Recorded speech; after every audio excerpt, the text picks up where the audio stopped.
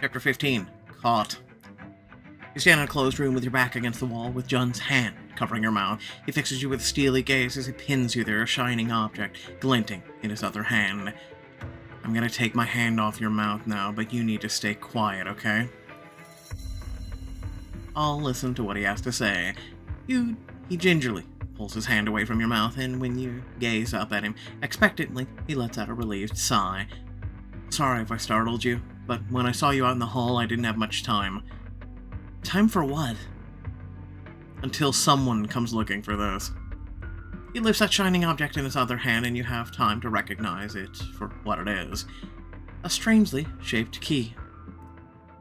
He leads you further into the room, but keeps his eyes trained on the door as he quietly goes on.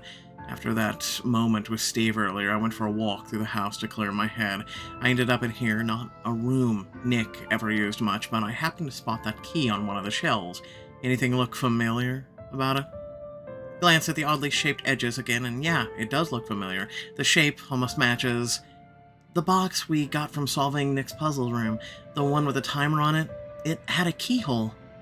Yep, I think Nick left it here as part of his game.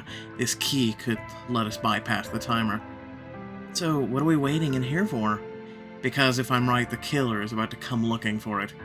While you were talking to Steve, I mentioned I'd seen a weird key in here to the other guests.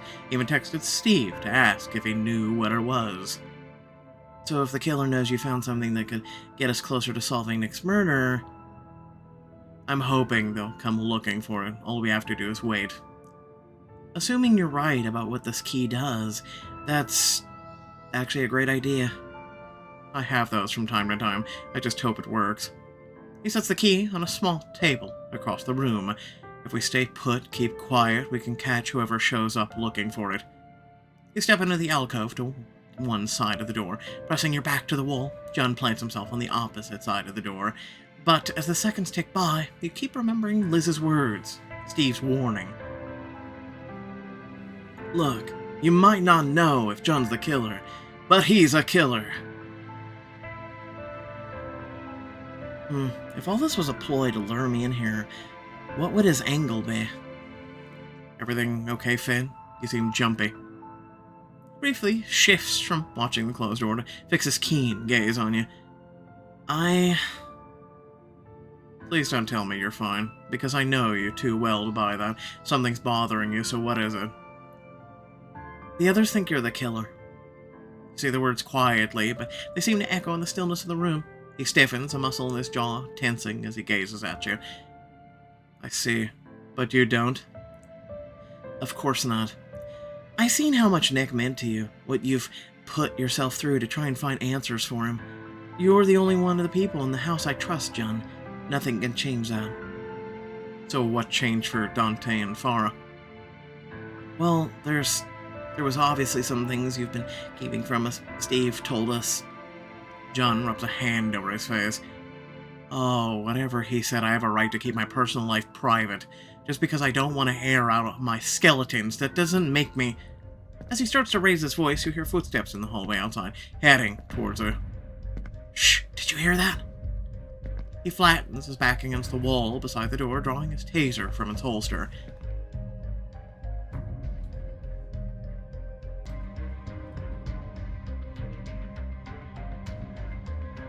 The footsteps stop outside the door. You hear the handle rattle. Come on, show me who you are.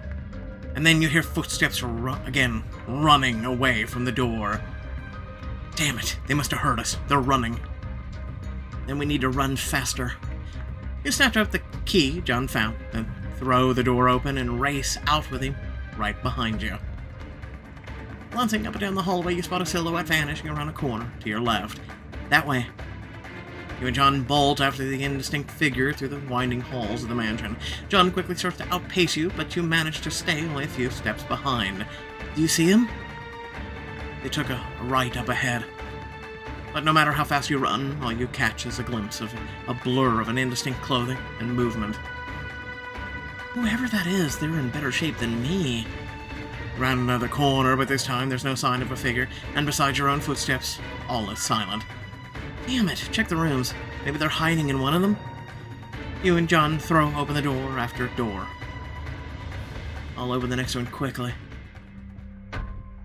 You throw open the door, dashing in before John can stop you, but the room is utterly empty, silent, except for the crackle of a cozy fire. We lost them. He checks behind the room's doors, peers back out in the hall, and then lets out a frustrated growl. Damn it. I think you're right. But at least we've got this. You hold up the key. Do you think that'll be enough to put me in the clear with Dante and Farah? Somebody came for that key, just like I thought they would. If I was the killer, I would have just destroyed it and never said a thing.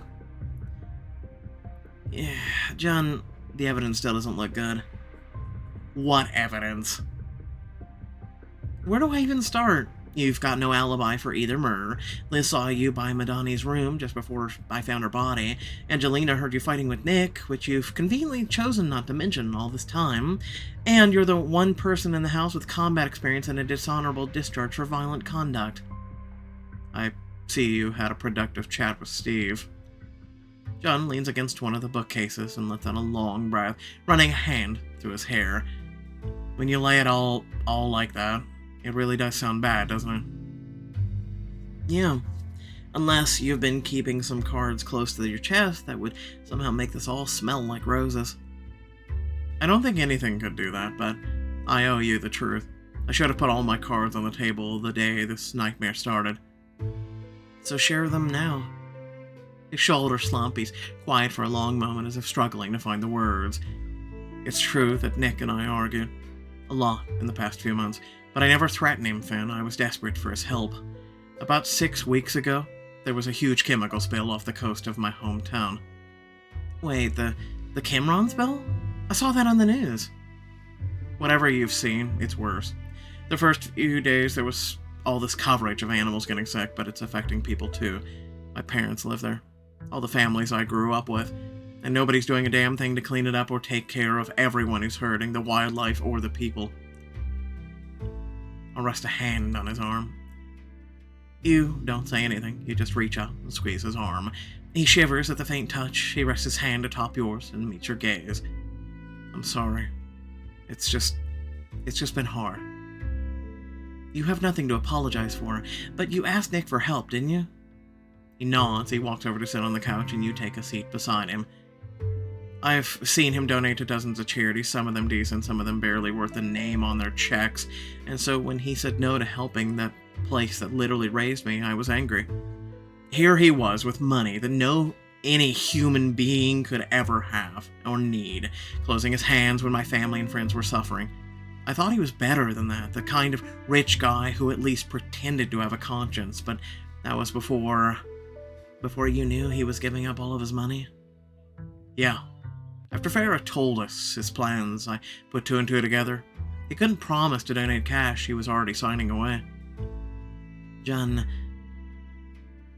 Nick should have told you. I can't blame him now. He must have been worried that more people knowing about his plan could make him a target. And he was right. And you were right to be mad at him, not knowing what was up. Is your family okay? All in all, yeah, I send them most of my paychecks, which goes a long way, but they're having to ship in bottled drinking water. My parents are worried about my sister staying there. My mom texts me links to articles about chemicals causing cancer twice a day. Oof. Yeah, honestly, that's only one more daily email that she used to send me before the spill. She needs a hobby or a book group or something. If she likes mysteries, I can recommend a few. But I still have to ask, where were you really when Nick died and when Liz saw you by Madani's room? When Nick was killed, I was doing something selfish that I'll regret for the rest of my life. I was in Steve's room, taking back something he stole from me when we worked together. Military medals? He arches an eyebrow at you.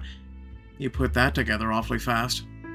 We all saw the empty case in Steve's room, and I might have peeked in your room earlier tonight in the footlocker.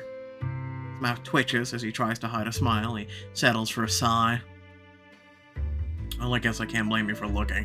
As for Madani, I know we were all supposed to be looking for her, but I got a call from my parents. We've been dealing with a ton of insurance nonsense since the spill, so I went to my room to talk them through it. Liz must have seen me after. Why didn't you just tell us all that? Because it felt like a damn poor excuse for why I didn't find Madani before you did. I didn't have a chance to catch the killer. Hang on. Go back to the medal thing. Why hide the medals under a bunch of workout clothes if they're rightfully yours?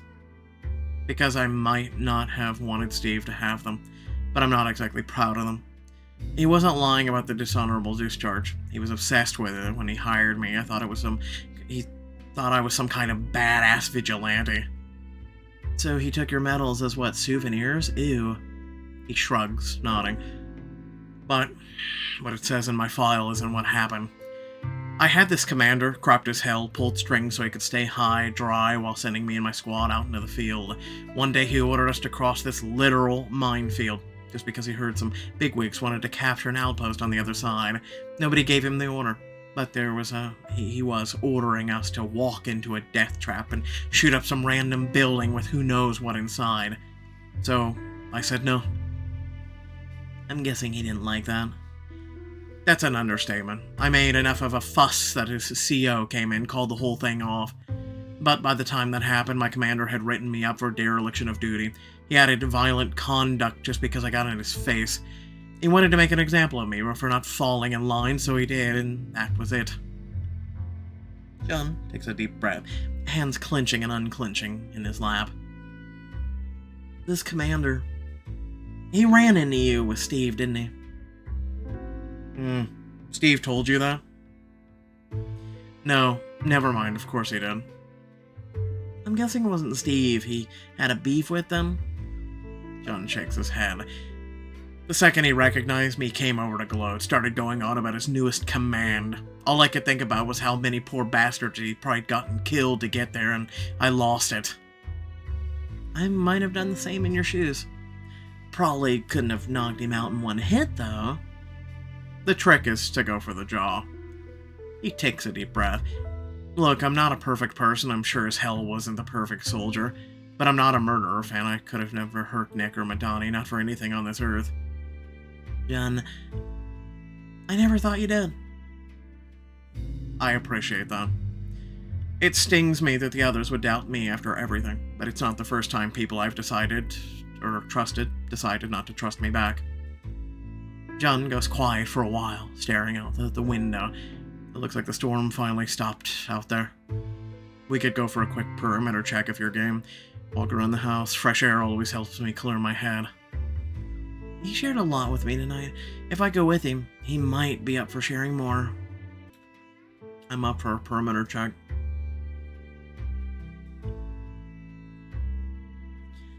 I'd like that. Let's take a walk. You and John step outside. The storm has abated for now, leaving a biting chill and an uneasy calm in the air. It might not seem like much, but this used to be one of my favorite parts of the job. A nice long walk gives a man time to think. I spent a lot of time hunched over a laptop while trapped in a prison of outlines, beat sheets, and self-doubt, so I appreciate getting out for a nice walk. He nods, understanding, and for a moment you both take in the sound of the wind and the scurrying of animals emerging during the storm's pause. As you walk the perimeter around the house, John stops to stare up at Nick's empty bedroom window. I take it this isn't a normal stop along the route? No. I used to glance inside on these walks and see Nick or Liz or Angelina going about their day. It was routine, peaceful. I felt proud knowing I was helping to keep their lives that way. But now every time I see that window, all I feel is guilt. This isn't your fault, John. No. Not just mine, but I had a duty to Nick and I failed him. You both gaze up to the quiet night towards Nick's dark bedroom, and when you shiver, it's not just because of the cold breeze. What do you feel when you look up there? I feel regret. He invited me out to this place dozens of times and always found dozens of reasons not to come. There was always a new manuscript to work on or another trip I had to plan, obstacles that felt so damn important. But I let them get in the way of the one thing that should have mattered most to me. Spending time with my best friend. John rests a hand on your shoulders, touch gentle, steadying you as you let out a long breath. I'd missed 100 deadlines now if it meant 100 more memories with Nick. I know. I wish I'd had more time with him too. You both glance up at the window one last time after a moment of silence. John leads you on. You both stroll past the pool as a few bugs skim over the top of the water. John breaks the quiet with a soft chuckle. Nick once told me you walk by that pool every day. You deserve to take a dip every once in a while. He always was telling me to take more time for myself. Did it work? In this instance, no. As a kid, I couldn't get enough of swimming on my family trips to the beach. I'd say I was too busy now, but honestly, swimming doesn't hold the same magic it used to since the beaches back home were poisoned. I've seen the broad strokes on the news, but what really happened with the Cameron spill? You must know more than me. He shoves his hands in his jacket pockets, glancing at the softly rippling water as you continue your walk. There was a factory up the river by the beach. Lots of locals worked there, and it had operated for years without a problem. But there was a change in management. Some new bigwig came in looking to cut costs the lazy way by cutting corners. They started storing their chemical waste improperly, and then one day a routine storm just floods the factory, sweeping all the chemicals waste down river. No. Waves of dead fish wash up on the beach. The area is declared unsafe. Tourism dries up. Local economy crashes. The factory paid a fine, declared bankruptcy. The new execs jumped out with their golden parachutes. Welcome to America. I hope the town can recover. I think it will. The people there, my family, we were resilient. But it's going to take a generation before the beach is clean enough to use again. Until then, people have to find some way to hold on or move somewhere else. It's gotta be a tough choice. One silver lining is that my family is doing okay for now. They lived far enough away from the spill, though they only drink bottled water. Sounds like a good call. Can't be easy, though. No, it's not. Before all this happened... He gestures at the mansion, the road towards the hopefully almost cleared pass. All the tragedy you've experienced in the past few days. I was actually planning to take some time off soon to see them. It's been too long since I treated my sisters to bingsu. You wanted to go for one of their birthdays, right? I remember seeing your PTO request when we went through Nick's emails. Yeah, it was supposed to be a surprise visit, although part of me felt torn about leaving Nick. Why? Because he hired a bodyguard for a reason. Because even more than protecting him from his enemies, I was often protecting him from himself, ushering him home when he was trying to work all night, keeping an eye on him when he was tinkering in Whoosh's R&D labs. I had a duty to him as my boss and as a friend, no matter how much I wanted to see my family. He sighs, raking a hand through his hair. Now that he's gone, though, I guess I've got nothing but time. What are you gonna do with all the free time once we get out of here? See my family, to start, but beyond that, I don't know. It'll be weird to leave. I never thought a multi-billion-dollar mansion would ever feel like home, but it has. It's strange to think I'll never see this place again. John, you're always welcome to come visit me. Now there's a thought. According to the movies, there's always something terrible happening to writers. Oh yeah, but it's usually mundane stuff like writer's block or carpal tunnel. What about your book tours? Any time there's a crowd, there's potential for something to go wrong. My crowds are always lovely and well-behaved, but I wouldn't say no to having a bodyguard with me for some meeting the fans. Ooh, could I have you tackle someone if they say mean things about my work? He arches an eyebrow, and despite his best efforts, he chuckles. I don't forcibly remove people for stating their opinions, no matter how mean or wrong they are. Spoken like a man who's never lost sleep over a 1-star Goodreads review. I feel that as a creator. A soft smile curls at the edge of his lips. All joking aside, if there's one good thing that's come out of all this tragedy, it was meeting you. You've got this drive like no one I've ever met. If we weren't on the same side, it might honestly be infuriating. I hope there's a but coming. But it's also inspiring. Thank you for being here and not giving up on Nick and Madani. Or on me. You pull him in sudden, breathless kiss. He tilts his head to better slot his mouth against yours, his lips parting as he wraps his arms around you. Finn, He tastes the way you remember, but there's a newfound urgency to the way he kisses you, an openness that he never allowed himself before. God, I miss this. Me too, although I'm guessing that was obvious. He chuckles, his voice slow and a little bit husky. The thunder rumbles in the distance as John catches your eye and smiles at you. So does this mean you trust me now? I never really stopped. He puts a calloused hand on your cheek, warmth radiating from the gentle touch as he stares into your eyes. I appreciate that. I'm pretty short on people I can trust these days. Well, I'm not going anywhere. Good. He kisses you again, and holding you tight, he lifts you in the air, spinning you in a circle. John! Both laugh as he sets you down. Someone's happy. Can you blame me? I just got a lot off my chest and then kissed by this sharp, incredibly attractive mystery writer. I'm not sure which part of that is more flattering. Sharp, attractive, or part where you consider writer one of my defining features. Then, all at once, rain cuts loose from the sky above, immediately soaking you and John. Maybe you can give it more thought once we're back inside. What, you don't want to stay out here and kiss in the rain? As water pours down on both of you, he leans in for one more kiss, his warmth cutting through the chill. It's tempting, but I don't want either of us to catch a cold. Okay, then we should probably fill Farah and Dante in on everything you've told me, and show them the key. He takes off his coat, holds it over the two of you, keeping off the worst of the rain as you dash back into the house. You text Farah and Dante to meet you both in your room, and a few moments later, they join you and John. Farah eyes John as you fill them in on the key, the chase, and what he shared, and slowly understanding dawns on her and Dante's faces. You put yourself and Finn in a lot of danger to get a glimpse of a killer. I know, and I should have come clean about. Farah holds up a hand to stop him. I get why you didn't, John. I'm not in any position to judge someone for having parts of their lives they'd rather keep private. I'm just glad to know the truth now, and for what it's worth, I believe you. Dante rests a hand on John's shoulder. Never doubted you for a minute, man, but thank you for telling us the full story. I appreciate John taking a risk for us. If I hadn't come by, you would have just been in that room alone waiting for the killer. It's a risk I was willing to take. I know, but I'm glad we ended up facing it together.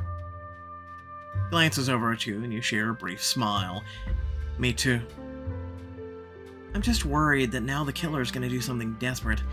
If they were willing to risk exposing themselves to get the key, they have to be sweating bullets, especially with the pass almost cleared. Since Steve has been locked up, sounds like he's probably in the clear, right? Only the killer would come looking for the key, and he's been stuck downstairs in that room with a pool table. True.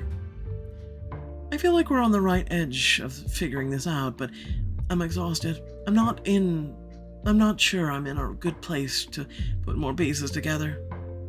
She nods towards the puzzle box on your desk with its keyhole and the timer that's still ticking down. Same, that combo of a vehicle chase and crawling through an abandoned mine is starting to catch up with me. Maybe we tackle this first thing in the morning then? Use the key, bypass the last few hours on the timer, and see what we find? But for tonight, we get some rest. Everybody locks their doors, and we come at this with fresh eyes in the morning. I'll let everyone else know to do the same. Lock your doors, keep them that way. He quickly types out a group text on his phone. But if we're gonna be locked up, I'm sick of being stuck in my room. I'm gonna hole up in Nick's private theater. Ooh, I like the way you think, Dante. I'm calling dibs on the conservatory in the West Wing. If nobody else is calling, and I'll take the smoking lounge. It's a great sound system. Night then. Hope we all can get some rest. As your companions head out into the halls, you check that your door is locked and sit on the edge of your bed. Would I be safer spending the night alone or with someone I trust? Diamond choice. Pretty much Dante, Farah, John. Who else did you think I was going to spend it with? I'll go find John. I think I know the room he was talking about. You tiptoe through the quiet halls, keeping a wary eye out for anyone else. But thankfully, you're alone when you finally reach the place you're looking for. You knock softly. John, it's Finn. You hear rustling inside, then the door opens, and John stands before you, his shirt slightly unbuttoned, the warm glow of perspiration on his face. Hey, I was hoping I'd see you again. That's a relief to hear. Being alone in my room was driving me up the walls. I don't suppose I could stay in here with you. Of course. Come on in. He ushers you into a lounge with low lighting, plush cushions, K-pop music gently filtering through the speakers. This is the smoking lounge you wanted to sleep in, huh? Hey, I said I liked the sound system, and that's true. Covert Ops karaoke is just not what I expected from you. Even I need to cut loose sometimes, Finn. This happens to be the one way I do it. It's hard to imagine you belting out K-pop. I pictured you as more of a heavy metal guy, maybe mixing it up with some acoustic rock. Oh, Teenage John was all about very serious bands full of very sad boys, but my tastes happen to have evolved since then. He nods towards the speakers where a K-pop song is still gently playing. Are you in deep enough to be one of the hardcore K-pop fans on the news? Me? No. My three sisters? Yes. There's the ones who introduced me to the music, the dances. You know those choreographed dances? Enough to fill an entire concert. It's a surprisingly good way to stay fit without spending all day in the gym. Or a way to blow off steam in a karaoke room. Meaning before I knocked, you were dancing in here?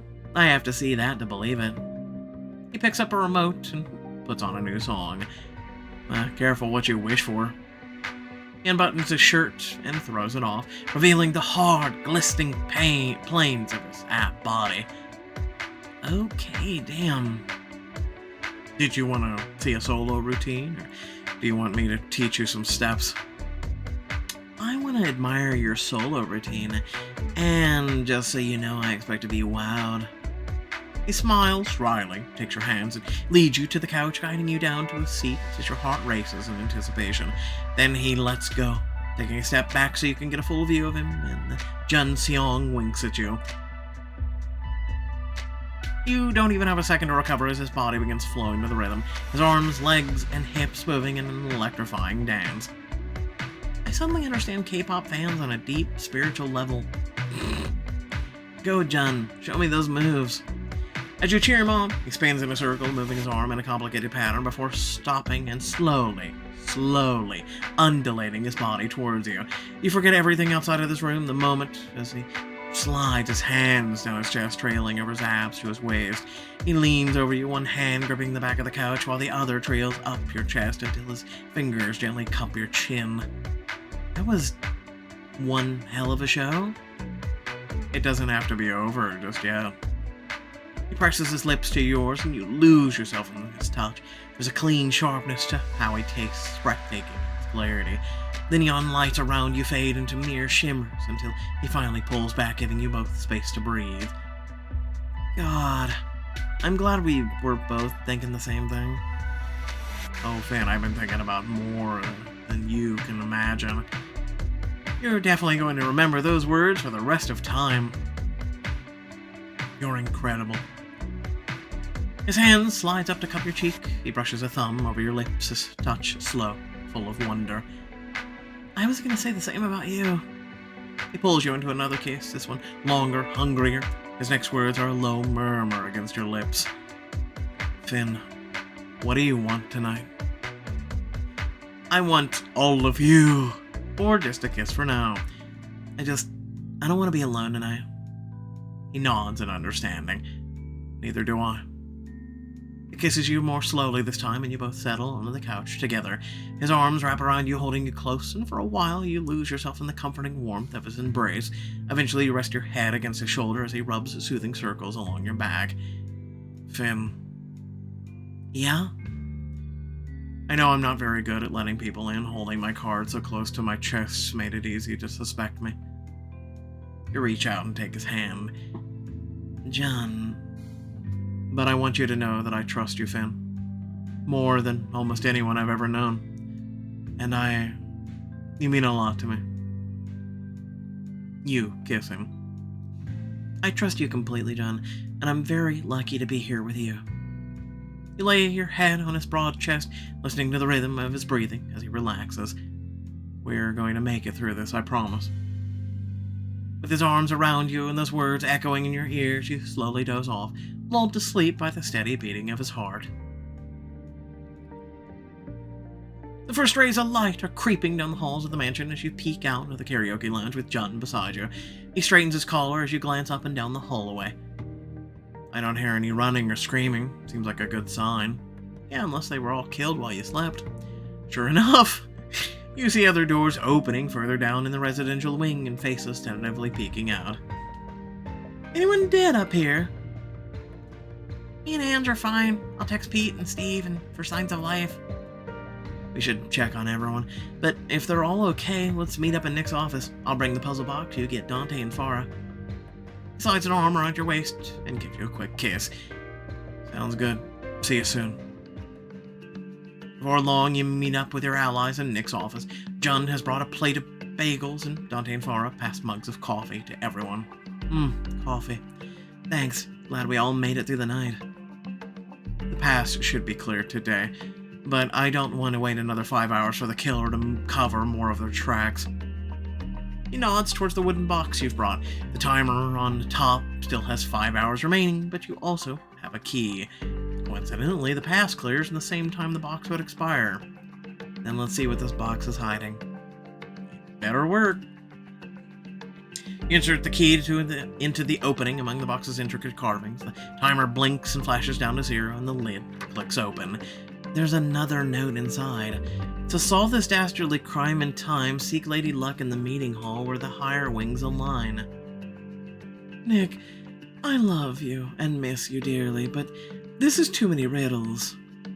Could the meeting hall be a conference room? There are at least a dozen of those in this house. Yeah, but only one on the second floor where the west wing and the north wing meet. That has to be where our murder weapon came from. Can you take us there? John nods and the four of you rush out of the door of Nick's office.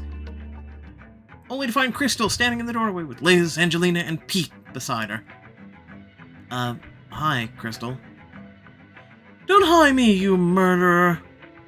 She lifts an object wrapped in cloth and tosses it to the floor at your feet. Glass shard with flecks of dried blood. Finn's door was ajar, so I went to see if she was okay, out of the goodness of my heart. Bullshit. And what do I find under her bed? The weapon that killed Madani. You just conveniently look under my bed. What? I didn't leave my door open. I'm serious. We know the killer has been able to move around the house, so they must have gone and in and...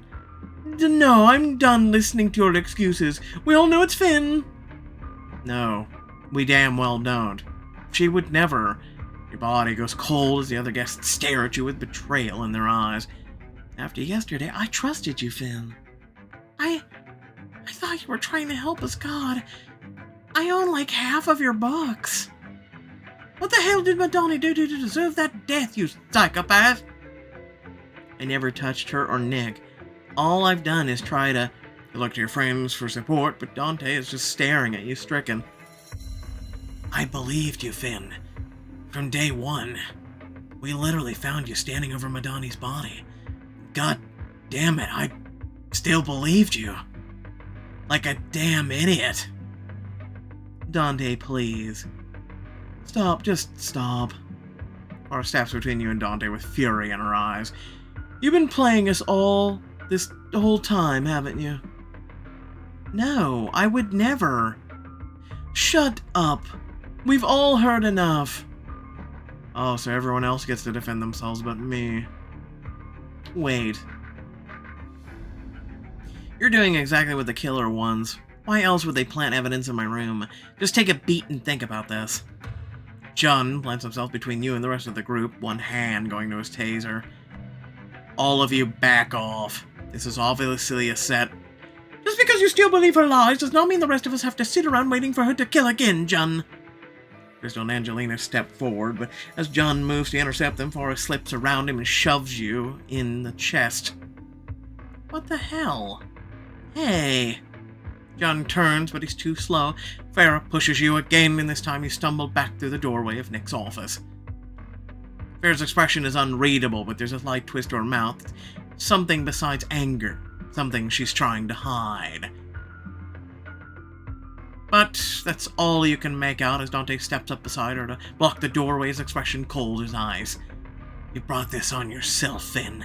And when the authorities get here, we're gonna make damn sure you pay for it. The door slams in your face, and Dante locks you inside.